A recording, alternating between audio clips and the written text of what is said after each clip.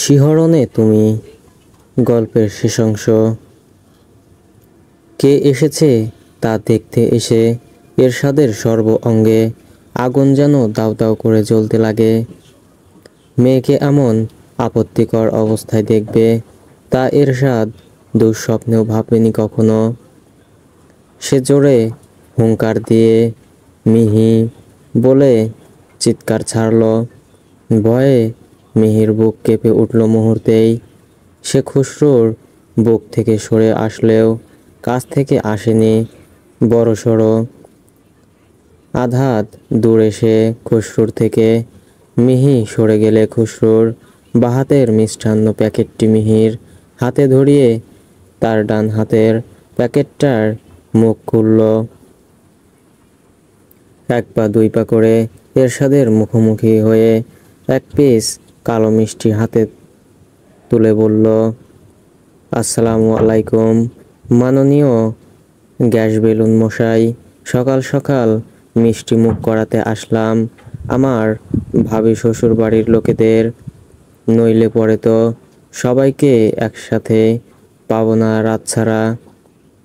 এরশাদের চোয়াল শক্ত হয়ে চোখ বড় হলো। তিনি দাঁত কামড়ে বললেন, আমার বাড়ির ত্রিসীমানায় আসার সাহস কোত্থেকে পেলে তুমি? আমি সাহস পাবো না তো কে পাবে শুনি? আমি আপনার ছোট জামাই, তাহলে সাহস দেখানো জায়েজ নয় কি? কথাটি খুসরো রসিকতার সাথেই বলেছে। একদম চুপ, থার্ড ক্লাস ছেলে, এক্ষুনি বের হও, নইলে দারোয়ান ডেকে মারতে মারতে আমার জামাই হওয়ার শখ পূরণ করব। চমৎকার তো, এত খাসা জামাই আদর এমন ভাগ্য কজনের বলুন মাননীয় গ্যাস বেলুন মশাই। এবারে এরশাদের মেজাজ সম্পূর্ণরূপে বিগড়ে গেল। তিনি খুসরুর শার্টের কলার চেপে ধরে বললেন, বের হবে নাকি নিজ হাতে গলা ধাক্কা দেব? খুসরু একগাল হেসে এরশাদের রাগ তুঙ্গে চড়ায়। এরশাদের এবার নিজের কপাল নিজে ফাটানোর জোগাড় হলো। খুসরুর অহেতুক হাসি দেখে তার এতটাই রাগ চড়ে যে রাগের সীমানা লঙ্ঘন হয়ে বাকরুদ্ধকর অবস্থায় পড়ে যান। তা দেখে খুসরুর আরও হাসি পেল, কিন্তু সে হাসল না, বরং নমনীয় কণ্ঠে বলল,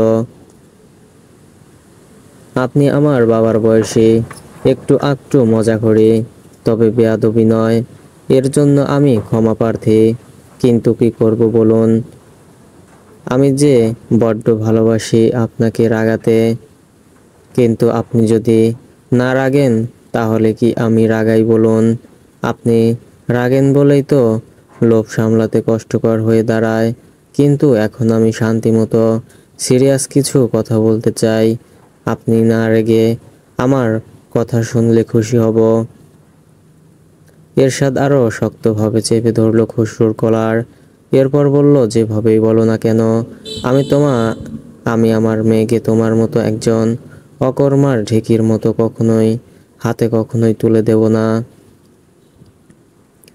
ফর ইওর কাইন্ড ইনফরমেশন, আমি এখন আর অকর্মার ঢেকি মানে বেকার তকমা নিয়ে চলছি না। আমি সামনের সপ্তাহে ট্রেনিংয়ে যাচ্ছি, কারণ আমার পুলিশের চাকরি কনফার্ম হয়ে গিয়েছে। এবার তো আপনার মেয়েকে আমার হাতে তুলে দিতে আপত্তি করবেন না? এরশাদ হতভম্ব হয়ে চেয়ে থাকল। মিহি উল্লাসিত গলায় বলল, সত্যি বলছো? তোমার পুলিশে চাকরি হয়ে গেছে? সত্যি। এখন আমার আরেকটা স্বপ্ন হচ্ছে তোমাকে পেলে আমার পরিপূর্ণ হব। আমার জীবনের অর্ধবৃত্তটা সম্পূর্ণ গোলাকার হয়ে যাবে। এবার এই যাচ্ছেটাই ছেলেটা তার ম্যাডাম ফুলের যোগ্য হবে তো? খুসরু কথাটি শেষ করতে এরশাদ বলে ওঠেন, কখনোই না, আমি পুলিশের পেশা পছন্দ করি না। I hate them. শুনে রাখো ছেলে, তুমি যতই পুলিশের চাকরি পেয়ে যাও হাওয়ায় ভাসো না কেন, আমার মেয়েকে তুমি আজীবনেও পাবে না। আমি বেঁচে থাকতে তো নাই। শিখা এগিয়ে এসে বললেন, এখন আবার উল্টো সুর ধরলে তুমি? এতদিন ছেলেটার বেকারত্ব নিয়ে সমস্যা ছিল, এখন তার পেশা নিয়ে। কিন্তু কেন? মেয়ের জন্য একটু কি মায়া হয় না তোমার? কতগুলো দিন এক দুই লোকমা খেয়ে দিন পার করছে মেয়েটা, সেটাও খেত না যদি তোমার শর্ত তুলে না ধরতে। বাবা হয়ে তোমার চোখের পানি কিভাবে সহ্য করো তুমি? কেমন বাবা তুমি? হ্যাঁ শিখা, খুব বেশি বলে ফেলছো তুমি। আমি কেমন বাবা তা নিয়ে আঙ্গুল তোলার তুমি কে? আমি যথেষ্ট বুঝি আমার সন্তানের জন্য কোনটা ভালো বা কোনটা খারাপ।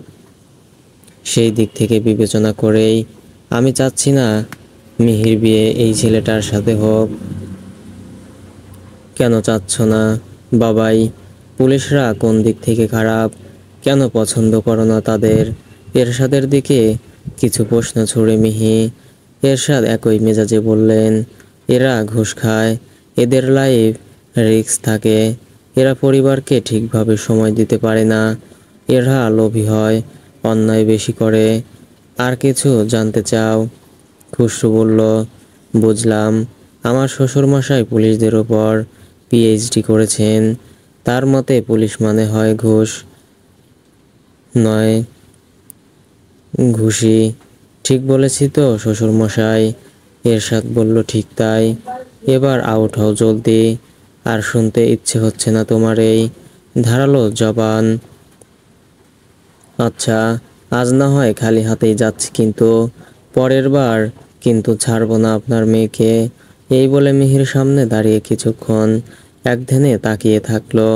এরপর সকলের সামনেই বলল, কতদিন দেখি না আমার ম্যাডাম ফুলিকে। খাওয়া দাওয়া না করে তার তেজ কমে গেছে। এমন তো আমি চাই না। ঠিক মতো খাবে। আমি যেন আর না শুনি তুমি ঠিক মতো খাও না। তুমি সুস্থ না থাকলে আমার সাথে পায়ে পা মিলিয়ে ঝগড়া করবে কে শুনি? অনেক দূরে থেকেছি আমরা, রিলেশনটা লং ডিস্টেন্স না হয়েও তেমনটাই হলো যেন। তবে আর বেশি দিন অপেক্ষা করতে হবে না তোমাকে।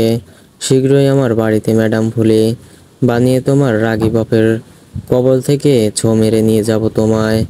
আর আমাদের প্রত্যেকটা ছেলে মেয়েকে আমার মতোই কথা শেখাবো, যাতে তারা তোমার এই রাগচটা বাপকে উঠতে বসতে সাহায্য করতে পারে। কোনো প্রকার জরিমা ছাড়াই নিজের কথা শেষ করে খুসরো। রানী বাড়ির ভিতর ঢুকে গেলেও এরশাদ তখনও অগ্নিদৃষ্টি নিক্ষেপ করে দাঁড়িয়ে আছেন। এদিকে মিহির লজ্জায় মাথা কাটা পড়ল বারবার। খুসরো আরো কিছু বলার উদ্যোগ পাততে মিহি খুসরোকে থামিয়ে বলল, আমি অপেক্ষা করব তোমার জন্য, হাজার বাধা আসুক না কেন।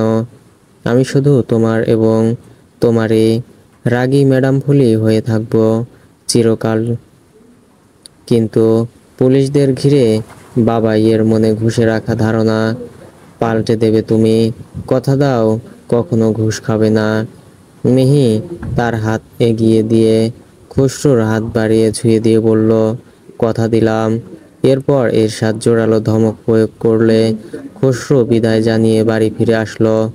আসতে ইচ্ছে হয়নি তার ম্যাডাম ফুলিকে ছেড়ে, তবুও তাকে আসতে হলো। ট্রেনিং শেষে একেবারে পুলিশের পোশাক গায়ে জড়িয়ে মিহির সামনে হাজির হলো খুসরো। ভার্সিটির ঝামেলা শেষ করে সবেমাত্র বের হয়েছিল মিহি, এমনই চোখের সামনে মস্ত বড় চমকপ্রদ দৃশ্য দেখে থমকাতে বাধ্য হলো সে। চোখ জোড়ালো মিহির, ঘোর লেগে গেল দূরে দাঁড়িয়ে থাকা চেনা মুখটা দেখে।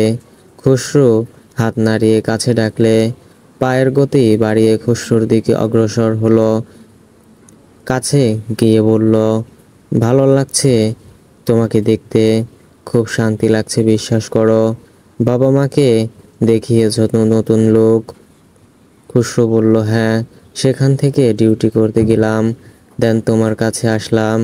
মনটা আমার আঁকুপাকু করছিল তোমার, আমার ম্যাডাম ফুলির মুখটা দেখার জন্য। আজ পুরো দিন আমরা ঘুরবো, অনেক কথা জমে আছে, সব আজ বলবো, শুনবে না? ও মাননীয় গ্যাস বেলুন মশাই তো আবার নিতে আসবে তোমাকে। ধুর, কি যে বলো তুমি, আমার বাবাইকে ভুলভাল নামে ডাকবে না একদম। সেটা আমার ইচ্ছে। আমি আমার শ্বশুরকে কি বলে ডাকবো না ডাকবো।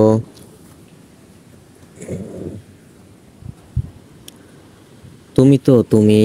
যাই হোক, বাবাই এখন আর আমাকে গার্ড দেয় না তুমি ট্রেনিংয়ে যাবার পর থেকে। তাই আমি যাব তোমার সাথে। এরপর বাড়ি গিয়ে বাবাই এর সাথে মোকাবিলা করা যাবে। কিন্তু অন ডিউটি থাকা অবস্থায় তুমি আমাকে নিয়ে ঘুরবে কিভাবে? অন ডিউটি না পাগলি, ডিউটি করে এসেছি আজকের। এবার কোনো সমস্যা নেই তো? না, এবার আর কোনোই সমস্যা নেই আমার দারোগা সাহেব। তোমার ওই মুখের হাসি আমি খুব ভালোবাসি। তুমি হাসলে বুঝি আসে বসন্ত, জুই চামেলি গোলাপ বকুল শেফালি, ফুল ফোটে রাশি রাশি। হরিণের মতো দুটি টানা টানা চোখ, দু চোখে কি যে মায়া। রেশমের মতো তুলতুলে কালো চুল, চাঁদেতে মেঘের ছায়া। সবুজ ঘাসে রাখলে চরণ, শিশির বিন্দু হয় উদাসী। তোমার ওই মুখের হাসি আমি খুব ভালোবাসি। আলতারাঙা দুটি ভেজা ভেজা ঠোঁট, ওই ঠোঁটেই ভ্রমর আসে। কোকিলের মতো সুরে সুরে কথা কও, গান হয়ে কানে ভাসে। করছো তুমি মনটি হরণ, তোমার নামটিতেই প্রিয়সী। তুমি হাসলে বুঝি আসে বসন্ত, জুই চামেলি গোলাপ বকুল শেফালি, ফুল ফোটে রাশি রাশি, ফুল ফোটে রাশি রাশি। হুম হুম হুম। বিশাল এক ফুল উদ্যান, দু চোখ যত দূর যাবে হরেক রকমের ফুলের সমারোহ হারাবে। এমন এক মন ভালো করা স্থানে প্রিয় মানুষটিকে নিয়ে পাশে পেলে সুন্দর একটি গান তার প্রিয়তমার উদ্দেশ্যে উৎসর্গ না করে থাকতে পারলেন না যেন খুসরো। গান শেষ করে মিহি তার এক হাত খুসরোর দিকে এগিয়ে দিল। ঘোরগ্রস্ত মাদকতার সুরে বলল, আমার হাতটা একবার ধরো না খুসরো, আমাকে ছুঁয়ে দিতে ইচ্ছে করে না বুঝি? খুসরো ভ্রু জোড়া উঁচু করে আবার নামিয়ে ফেলল। মিহির দিকে সামান্য ঝুঁকে ঠোঁট মিহির কানের কাছে নিয়ে বলল, আমার ছোঁয়া পেতে ইচ্ছে হয় ম্যাডাম ফুলে। মিহি মুহূর্তেই খেই হারিয়ে ফেলে। বুকের ভেতর লুকিয়ে থাকা হৃৎপিণ্ডটা ধড়ফড় করতে লাগে তার। কিছুক্ষণ আগে নিজের আবেশে বলে ফেলা কথাটি মাথায় আসতে আরো কয়েক দফা লজ্জা ঘিরে নেয় তাকে। মিহির এই আড়ষ্ট ভাবটি খুসরোর মনে ঝড় তুলল। সে মিহির মুখের উপর পড়ে থাকা অবাধ্য চুলগুলো ফু মেরে উড়িয়ে দিল। সঙ্গে সঙ্গেই চোখ ঠেসে বন্ধ করে ফেলল মিহি। তা দেখে খুসরো বলল, এমন অঙ্গভঙ্গি দিয়ে আমাকে পাগল বানালে, আজই বিয়ে করে ঘরে তুলবো বলে দিলাম। বিদ্যুৎ গতিতে চোখ মেলে হতবিহ্বল চাহনি নিক্ষেপ করল মিহি। ঠোঁটের আলিজে হাসি ফুটিয়ে আস্তে করে বলল, মানা করছি নাকি? খুসরো মাথা তুলল, হাঁটার উদ্যোগ করে বলল, আমাদের বাসর ঘর যদি এমন এক ফুল বাগানে খোলা আকাশের নিচে হয় তাহলে কেমন হয় বলো তো? মিহিও হাঁটা ধরে খুসরোর গতি অনুসরণ করে আড়ষ্ট কণ্ঠে বলে, আমি কি জিজ্ঞেস করেছি আর তুমি উত্তর না দিয়ে আমাকেই অন্য একটা প্রশ্ন করলে? এত পাগল কেন আমার বউ হওয়ার জন্য? আগে তো দেখতেই পারতে না আগুন পানিতে রূপান্তর হলো, কিন্তু কিভাবে? মিহি বলল, আমাকে তাবিজ করেছো নিশ্চয়, নইলে কিভাবে সম্ভব হলো? খুসরো আট্ট হাসি দিল, মুখে হাসির রেশ বজায় রেখেই বলল, তাহলে তোমার মতে আমি তোমাকে তাবিজ করেছি? ভালোই ব্রেন খাটালে। মিহি ভেংচি কাটল, হিসহিসিয়ে বলল, তা নয় কি? আমাকে দিনে রাত বিরক্ত করে সর্বদা তোমার চিন্তা আমার মাথায় ঢুকিয়ে রেখেছ। এটা কি তাবিজের চাইতে কম? নানাভাবে আমার কাছে এসে আমার মনে শিহরণ তুলেছ। এটা কি তাবিজের চাইতে কোনো অংশে কম? আমি একটু লাজুক, সাথে বড্ড রাগী, এই জন্য মনের কথা মুখ ফুটে বলতে পারতাম না, বুঝতেই পারতাম না কি করব বা কি করা উচিত। তাই না বুঝে তোমাকে ইগনোর করতাম। এই জন্য কতগুলো দিন অভিমান করে আমার সাথে কথা বলনি। সেই কথা না বলা দিনগুলো আমাকে কতটা যন্ত্রণা দিয়েছে, কতটা পড়িয়েছে তা কি জানো?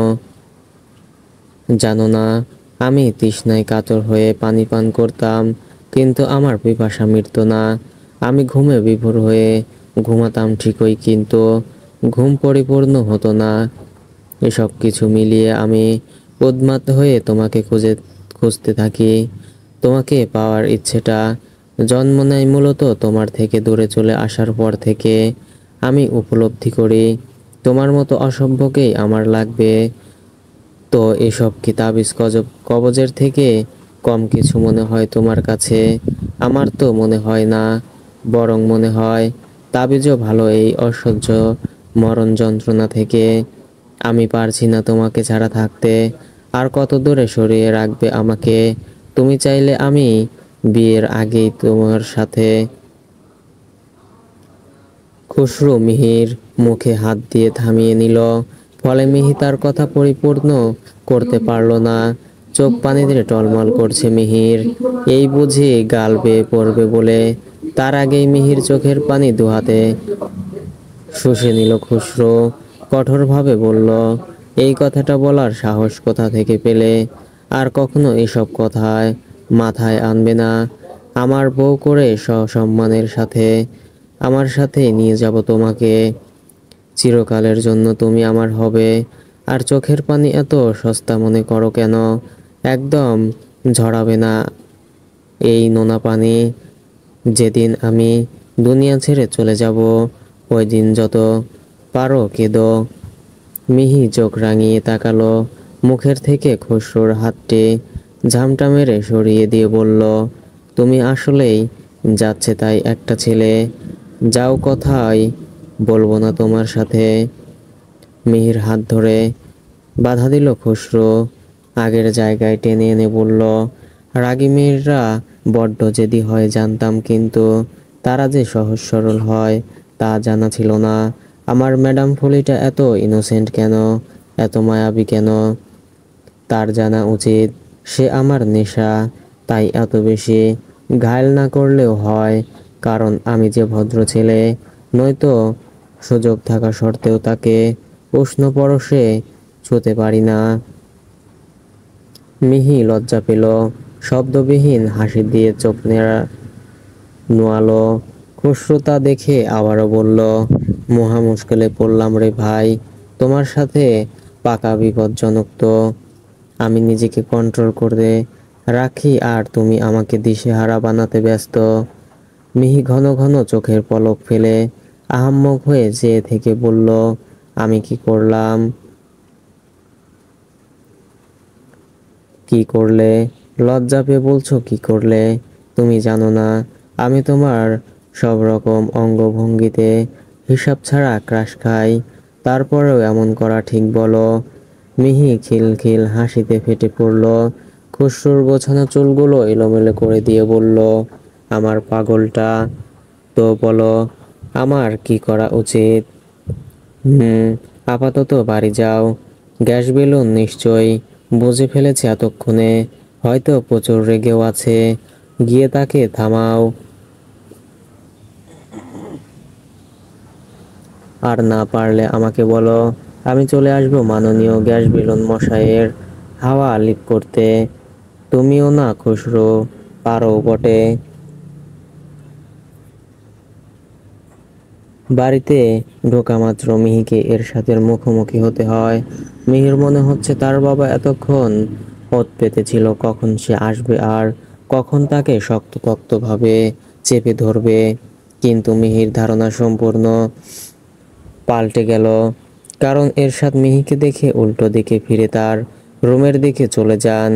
আজ এরশাদের মুখে কোনো রকম রাগী ভাবটা প্রকাশ পায়নি। এভাবে রোজ মিহি খুরশুর সঙ্গে সামান্য কিছুক্ষণের জন্য হলেও দেখা করে, যেহেতু এরশাদ কোনো প্রকার বাধা সৃষ্টি করে না, সেহেতু কোনো রকম ঝামেলা পোহাতে হয় না মিহিকে। আজ হরতাল চলছে ঢাকা শহর জুড়ে, সন্ধ্যা 7টা পর্যন্ত তা জারি থাকবে। এই শিরোনাম প্রতিটি বাংলাদেশি চ্যানেলে নির্ধারিত গতিতে দৌড়ে চলেছে। মিহি খসরুর সাথে আজ একটা কথাও বলতে পারেনি, কারণ খসরু গতকাল রাতেই জানিয়ে দেয় সে আজ গোটা দিন ব্যস্ত থাকবে। মন খারাপ নিয়ে বিছানার একপাশে গুটিসুটি মেরে শুয়েছিল মিহি। একটা সময় তার ছোট ভাই তুষার এবড়ো খেবড়ো পা ফেলে দৌড়ে আসে,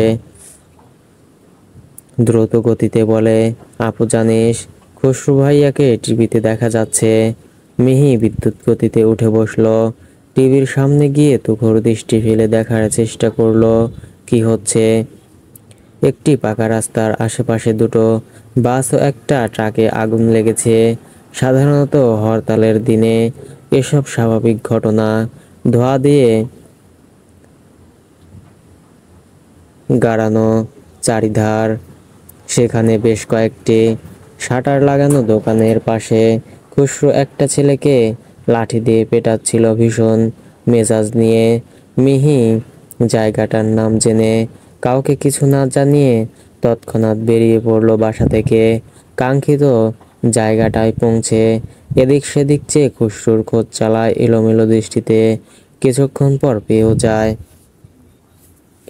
এরপর দূর থেকে খসরু বলে হাত নাড়িয়ে খসরুর দিকে এগিয়ে আসতে থাকে। অমন সময় একটা ইটের টুকরো কোত্থেকে এসে মিহির মাথায় লাগে। মিহি ব্যথায় চিৎকার দিয়ে উঠলে খসরু মিহির দিকে তাকিয়ে বলে, রক্তে মাথা মাখা। মিহির আতঙ্কিত মুখটি দেখে থমক মেরে বাড়ি খেল খসরুর মন। সে হাতের কাজ ফেলে দৌড়ে গিয়ে মিহিকে ধরে নিয়ে একটা দোকানের পেছন সাইডে চলে গেল। ঝাঁঝালো কণ্ঠে বলল, এখানে কি করতে এসেছো তুমি? মাথা কি নষ্ট তোমার? মিহি মাথায় হাত চেপে ব্যথাতুর কণ্ঠে বলল, আমার ভয় লাগছিল তোমার জন্য, তাই না এসে পারিনি। এটা কোনো কথা? আমার কাজই এসব নিয়ে। তুমি কি ছোট বাচ্চা যে এতটুকু কমন সেন্স নেই তোমার মধ্যে? আমি কিচ্ছু জানি না। তোমার যেটা মনে হয়েছে আমি তাই করেছি। একদম চুপ। মাথা ফাটিয়ে কি অবস্থা বানিয়েছো নিজের। তোমাকে নিয়ে সামনে বিপদ আছে আমার, বুঝলাম। এখন ফার্মেসির দোকান খুঁজতে হবে আমায়। আদৌ আজ খোলা কিনা কি জানি, কিন্তু ততক্ষণে রক্ত পড়া আটকানোর জন্য কিছু একটা ব্যবস্থা করতে হবে। খসরু আশেপাশে খুঁজে দুর্বাঘাস ছিঁড়ে তা দাঁত দিয়ে পিষে সেই রসমাহের আঘাতপ্রাপ্ত স্থানে লাগিয়ে দিল রক্তপাত বন্ধ করার জন্য। আশেপাশে কোনো ফার্মেসির দোকান খোলা পাওয়া যায়নি। তাছাড়া ঘাসের নির্যাস দ্বারা রক্তক্ষরণ বন্ধ হয়ে যাওয়ায় তেমন প্রয়োজন পড়েনি মেডিসিনের। খসরু অন ডিউটিতে, তাই মিহিকে বাড়ি পাঠিয়ে দিল জোরপূর্বক। জোর করতে হয় কারণ মিহি তাকে ছেড়ে যেতেই যাচ্ছিল না। খসরু অনেক বুঝিয়ে শেষে মানাতে সক্ষম হয়।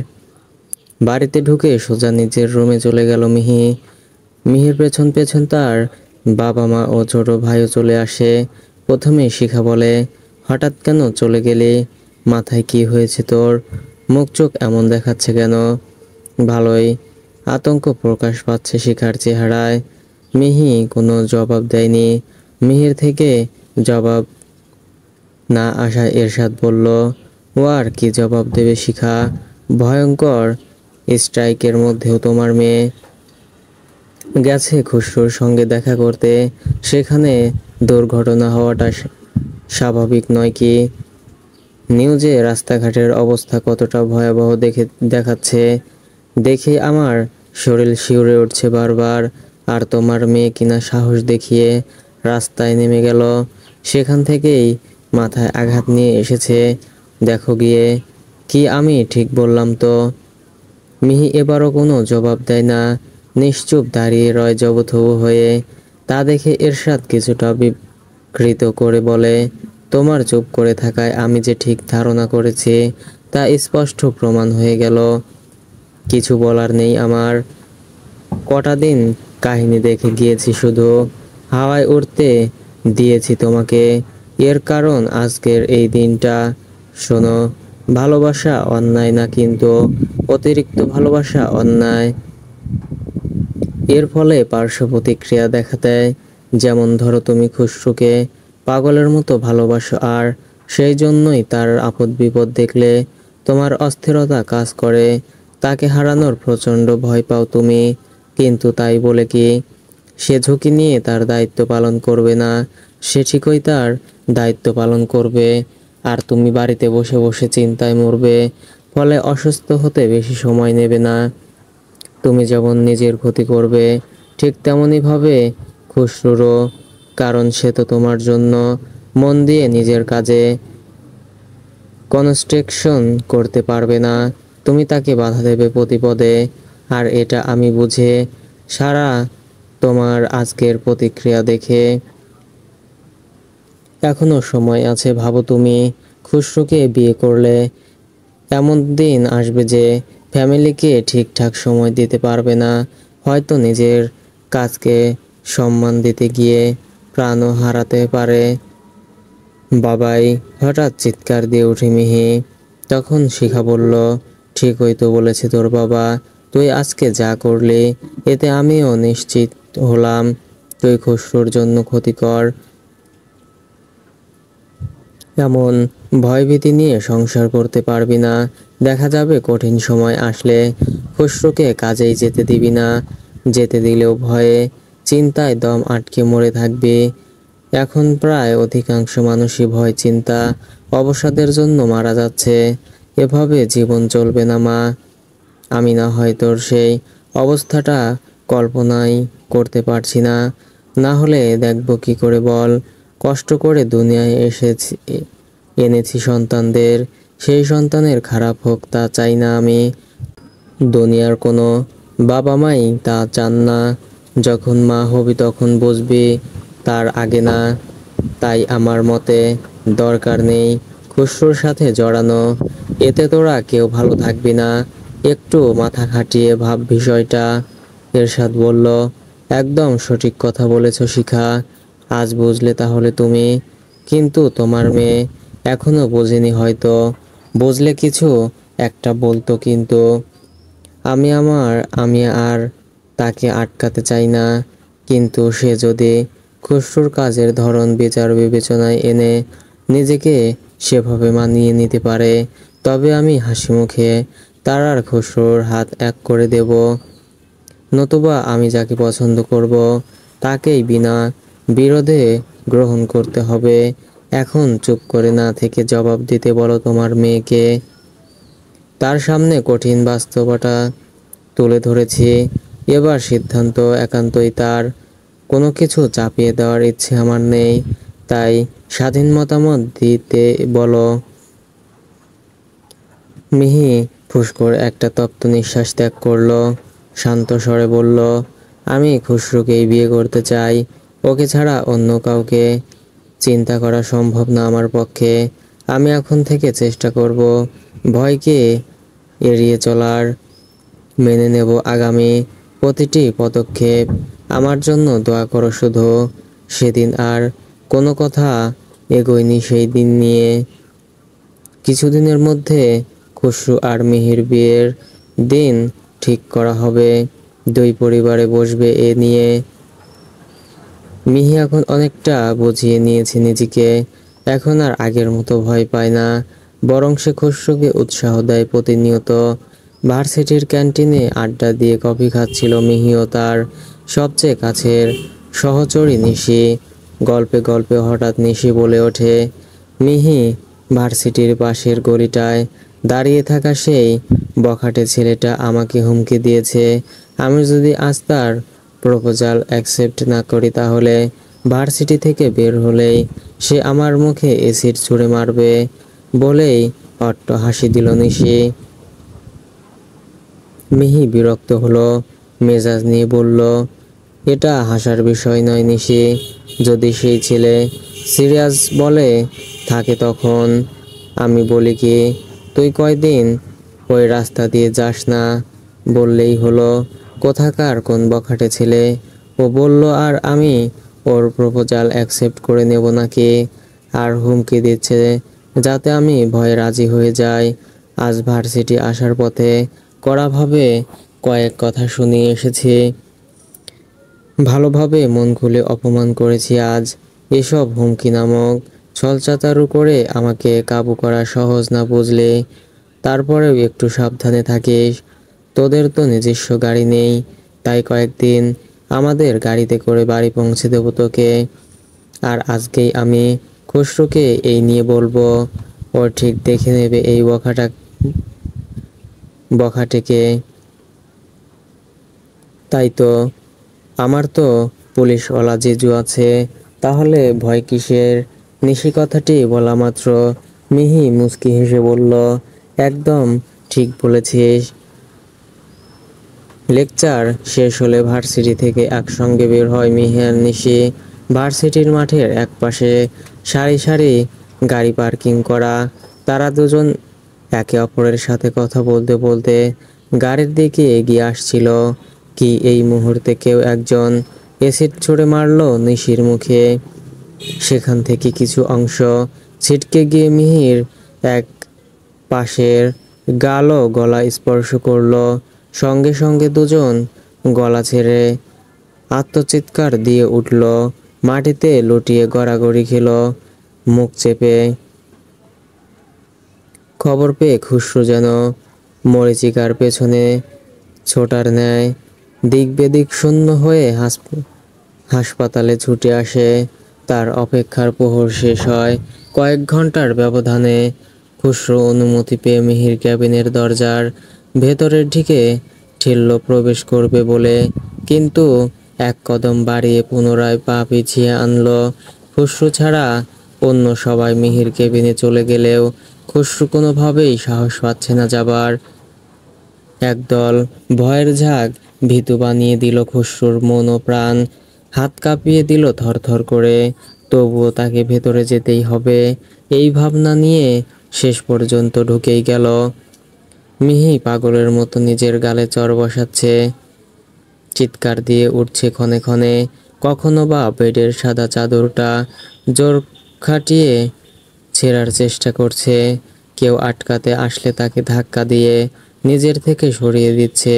এর কারণ কেউ তাকে আয়না দিচ্ছে না। মিহি আয়না চাচ্ছে, কিন্তু তার বিনিময়ে সকলের থেকে কেবল সহানুভূতিই পেয়ে চলেছে। এই জন্যই সে বাধ্য হয়ে সবাইকে সরিয়ে দিচ্ছে। এসব দেখে খুশরুর এলোমেলো চোখগুলো পানি ভর্তি হয়ে উপচে পড়ে গাল বয়ে। তার ম্যাডাম ফুলের আর্তনাদ বুকের মধ্যে খঞ্জর হয়ে বাড়ি খাচ্ছে। নিতে কষ্ট হচ্ছে প্রবলভাবে। বুক যেন তার পাথরের চাপায় পিষ্ট হয়ে যাচ্ছে। খুশরু জোরপূর্বক ভেজা চোখজোড়া মুছে নিয়ে এগিয়ে গিয়ে বলল, আপনারা সবাই এখান থেকে গেলে সুবিধা হতো। খুশরুর কণ্ঠ শ্রবণে এলে হাঁটু ভাঁজ করে সম্পূর্ণ মুখমণ্ডল দুই হাঁটুর ভাঁজে লুকিয়ে ফেলে মিহি। এদিকে বাকিরা কেবিন ছাড়লে খুশরু মিহির কাছাকাছি হয়ে বসে শান্ত গলায় বলে, আমার ম্যাডাম ফুলি কোথায় রে? দেখি আমার রাগী বউটার মুখখানা, আজ একটুও দেখিনি তাকে। মিহি একই অবস্থা ধরে রেখে বলল, চলে যাও তুমি, আমার মুখ নষ্ট হয়ে গেছে। আমি আর তোমার ম্যাডাম ভুলি না, ভুলে যাও আমাকে। খুশরু মিহির আওলানো চুলে হাত বুলায় ধীর গতিতে। কণ্ঠ আগের চাইতেও বেশি কোমল করে বলে, আমার ম্যাডাম ফুলি কেবল আমারই। সে সর্বস্থায় আমার কাছে সবচেয়ে বেশি লাবণ্যময়ী, দুনিয়ার সেরা এক পিসি অবশিষ্ট সে, আর সেটা কেবল আমারই। এবার মুখ তোলো, আর দেরি সয় না। মিহি চোখ বুজে আস্তে আস্তে মাথা তুলল। সব ঠিকঠাক, তবে ডান পাশের গালটা ঘেটে গেছে ভালো মতো। গলাটায়ও একই হাল। এসিড স্পর্শ করা স্থানগুলো দেখার কাম্য না, বোঝারও কোনো কায়দা নেই। তবে ভাগ্য ভালো, চোখের কোনো ক্ষতি হয়নি। খুশরু অনেক কষ্টে নিজেকে সামলে নেয়। খুশরু জানে সে একটুখানি আফসোস দেখালে মিহি পুরোপুরিভাবে ভেঙে পড়বে। এই ভাবনাটি মাথায় রেখে নিজেকে যথাসম্ভব স্বাভাবিক রেখে বলল, কিছুই তো হয়নি, বরং আগের তুলনায় আরও বেশি রূপসী লাগছে আমার ম্যাডাম ফুলিটাকে। এই সামান্য একটা বিষয় নিয়ে এত হাইপার হয় কেউ, বোকা মেয়ে কোথাকার।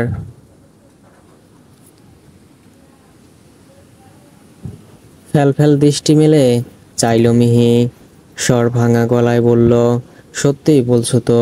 আমাকে বিচ্ছিরি লাগছে না তো? কিন্তু মা আর আপু যে কাঁদছিল, ওরা কেন কাঁদলো? যদি আমার কোনো ক্ষতি নাই হয়ে থাকে, আমাকে আয়না এনে দাও, আমি নিজেকে দেখব, নইলে আমি শান্তি পাবো না। আরে পাগলি মেয়ে, পৃথিবীর সব মা আর বোন এমনিতেই ইমোশনাল একটু বেশি থাকে।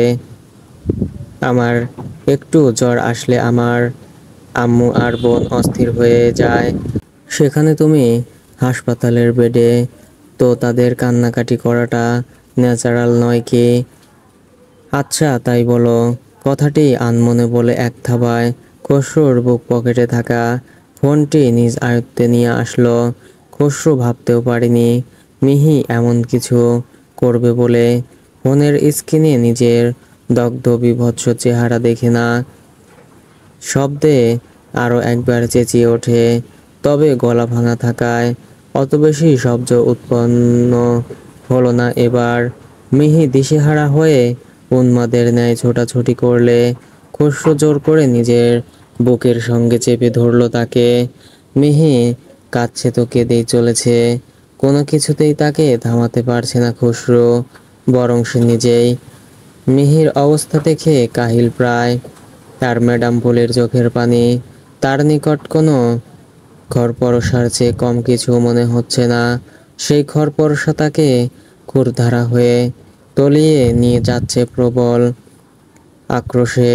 কিছুক্ষণ পর হাঁপিয়ে উঠে কান্না থামায় মিহি।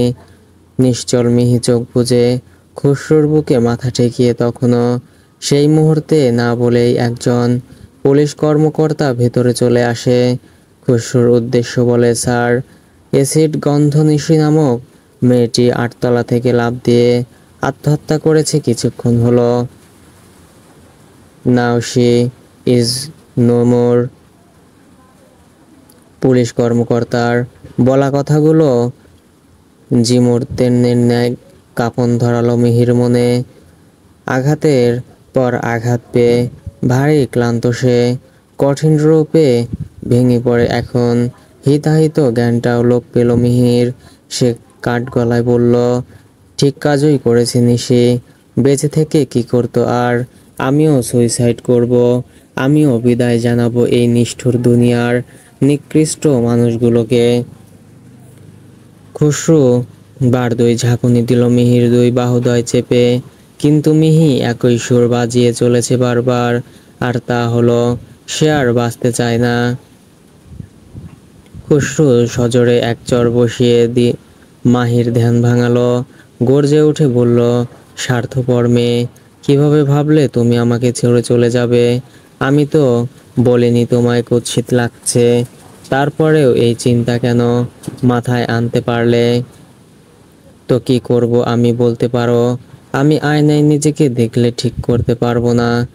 আমার আত্মা মরে হয়ে গেছে অলরেডি, শুধু শরীরটা শেষ হওয়া বাকি। আমার বাঁচতে ইচ্ছে করছে না সত্যি। কিছু হয়নি তোমার, ডাক্তার বলেছে বিদেশে গিয়ে প্লাস্টিক সার্জারি করালে তোমার মুখ ঠিক হয়ে যাবে। তেমন আহামরি কিছু হয়নি তোমার, অপারেশন হলেই তুমি আবার আগের মতো হয়ে যাবে। মিহি বলল, তুমি মিথ্যা কথা বলছো আমি জানি, কিন্তু লাভ নেই বলে। খসরু মিহির হাত জোড়া নিজ হাতে এনে বলল, আমি তোমাকে ছুঁয়ে বলছি, আমি মিথ্যা আশ্বাস দিচ্ছি না তোমাকে। আমি ছুটি পাশ করিয়ে নিজ দায়িত্বে তোমাকে নিয়ে ফরেন যাব, তোমাকে আগের অবস্থায় ফিরিয়ে তারপর আবার আসব, কথা দিলাম। কিন্তু তার আগে যে তোমাদের এই অবস্থার জন্য দায়ী, তার একটা ব্যবস্থা করতে হবে। আমি আজকের মধ্যেই তাকে খুঁজে বের করে আনবো। বেশ, কিন্তু তাকে শাস্তি আমি নিজে দেব, আর তার শাস্তি হবে অ্যাসিডের বদলে অ্যাসিড। তৎক্ষণাৎ খুসরো বিরোধিতা জানায়, এ হয় না, তাকে শাস্তি দেওয়ার অনুমতি আমি তোমাকে দিতে পারলাম না, আমাকে মাফ করো। তাহলে আমিও নিজেকে মুখ ঠিক করব না। আমি চাই সে বুঝুক অ্যাসিড যন্ত্রণা ঠিক কতটা ভয়ঙ্কর, নইলে সে অনুতপ্ত হবে না। আমার ফ্রেন্ড তো আর ফিরে আসবে না। আজ একটা নির্দোষ জীবন পৃথিবী থেকে হারিয়ে গেল চিরতরে। এর বিচার কি? সেই ছেলে যদি অ্যাসিড যন্ত্রণা ভোগ করে, তাহলে আর কখনো সাহস দেখাবে না এই কাজ করতে।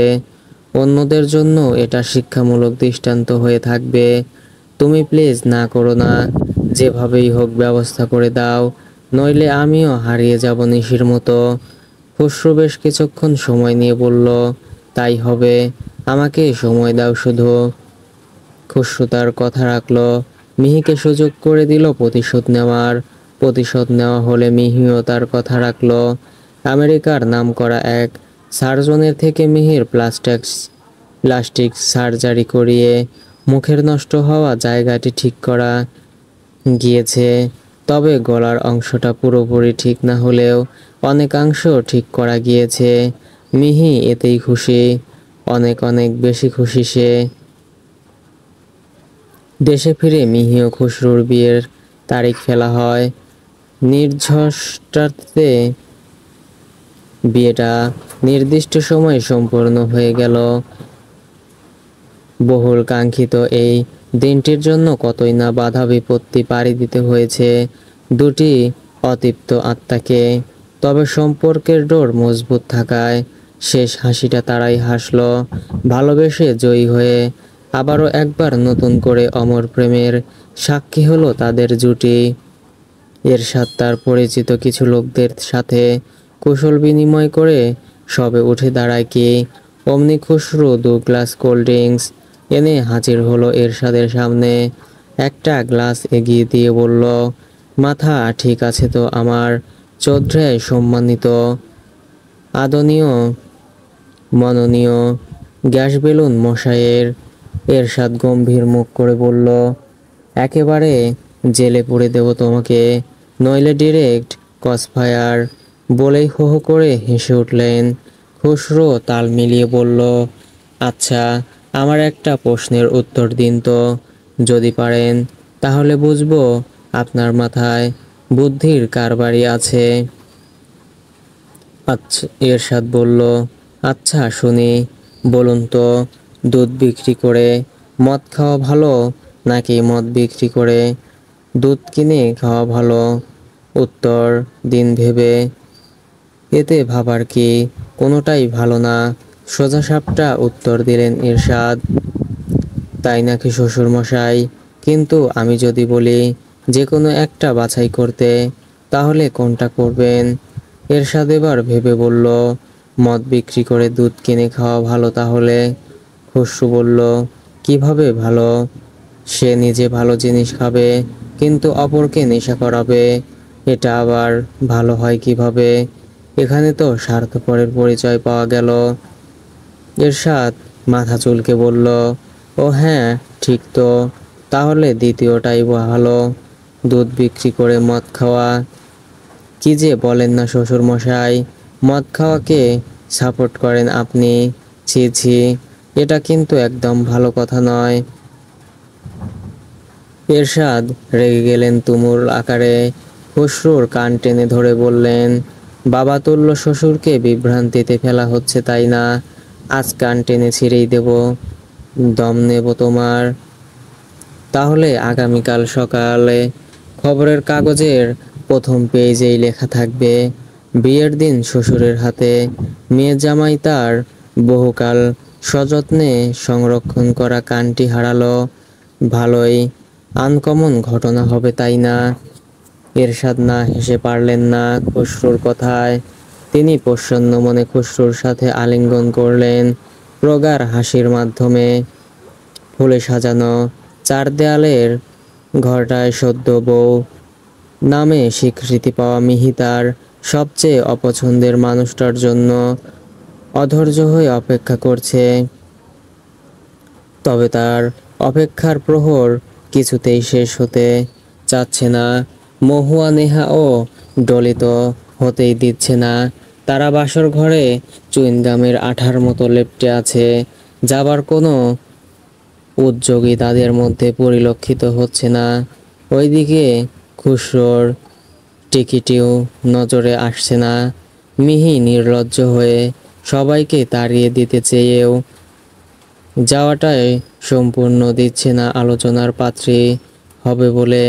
সে সবার এক একটা কথা অমনোযোগী ছাত্রছাত্রীদের মতো না বুঝেই গিলে যাচ্ছে। সেই থেকে একটা সময় নেহা মিহিকে উষ্মৎ ধাক্কা দিয়ে চোখ রাঙিয়ে বলে বসে, একদিন তো খুব বলেছিলে আমাকে নাকি সুখে থাকতে ভূতে কিলিয়েছে, এখন কাকে কেলালো?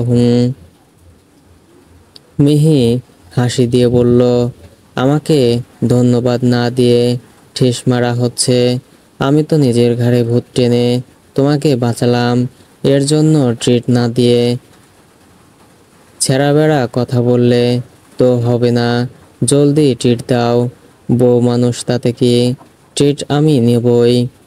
মহুয়া বলল, আরে এ তো নিজেই একই কাজ করেছে। তুই যেমন খসরুকে না চাইতেও ভালোবেসে ফেলেছিস, ঠিক সেভাবে আমার ননদিনীও রেহানের প্রেমে হাবুডুবু খাচ্ছে। শুধু বিয়ের ফুল ফোটার পালা। নেহা গুরুতর পর্যায়ের লজ্জা পেয়ে লাল নীল হলুদ সবুজ হলো। ডলি বলল, একদম ঠিক বলেছ ভাবি, কিন্তু আমাদের এখন যাওয়া উচিত, কারণ রাত কম হয়নি। ভাইয়া আসবে কখন? মহুয়া বলল, তাই তো, চল তবে আমরা আর কাবাবে হাঁটটি না হই। সকলে চলে গেলে প্রায় মিনিট পাঁচেক পর খসরুর আগমন ঘটে। হার্টবিট দুজনেরই দ্রুত গতিতে স্পন্দিত হচ্ছে। এক পর্যায়ে খসরু তার ঠান্ডা হাত দিয়ে মিহির হাত জোড়ায় আলতো করে স্পর্শ করতেই খাটের নিচ থেকে আনিশা বের হয়ে বলল, স্ট্যাচু পচা আঙ্কেল, আমার খাম্মিকে টাচ করবে না তুমি, স্ট্যাচু হয়ে থাকবে একদম। মিহি খসরুর হঠাৎ আনিশাকে প্রকট হতে দেখে দুজনই ভড়কে গেল চরম আকারে। আনিশা আবারও বলল, কি বললাম শোনোনি নাকি? সরে যাও আমার খাম্মির থেকে, এ ঘরে আমি আর আমার খাম্মি ঘুমাবো, বুঝলে? মিহি ফিক করে হেসে উঠলে খসরুর চোখ গরম দেয়। চট করে একটা দুষ্টু বুদ্ধি ঘাড়ে চাপিয়ে আনিশাকে কেন্দ্র করে বলে, জানো ম্যাডাম ফুলে, ডলি আর নেহাকে দেখলাম লুকিয়ে লুকিয়ে কি যেন খাচ্ছে।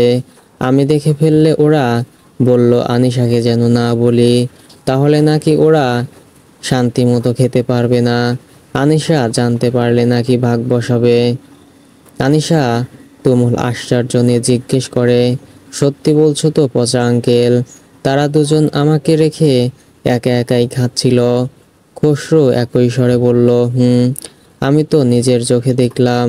তাড়াতাড়ি যাও, নইলে ওরা সব সাবার করে ফেলবে।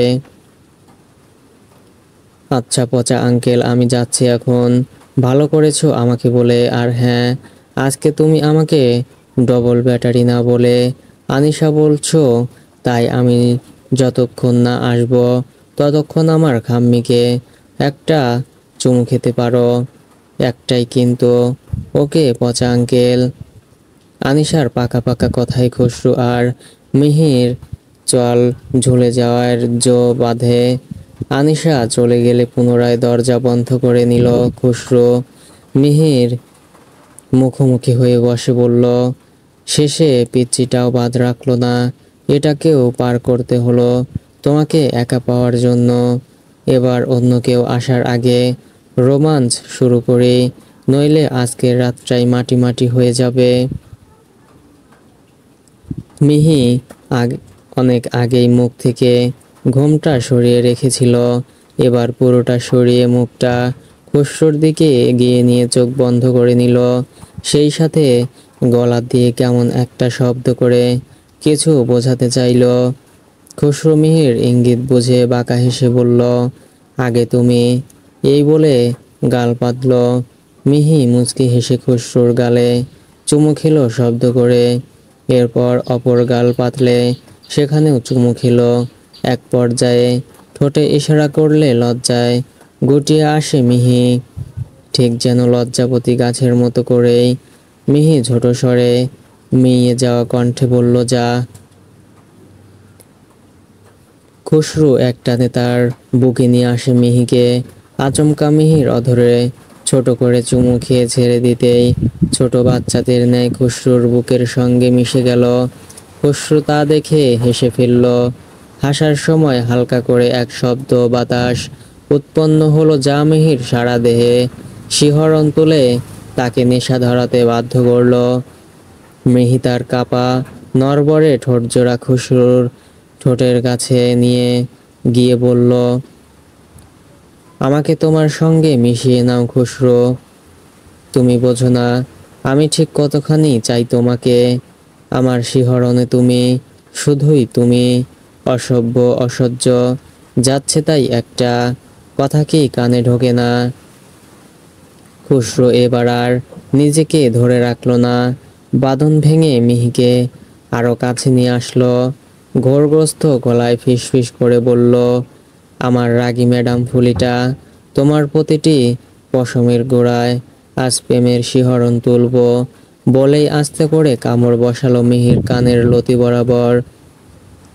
এরপর একটু একটু করে সিক্ত নরম ছোঁয়ার উষ্ণতায় জড়িয়ে নিল তার প্রিয় ম্যাডাম ফুলিকে।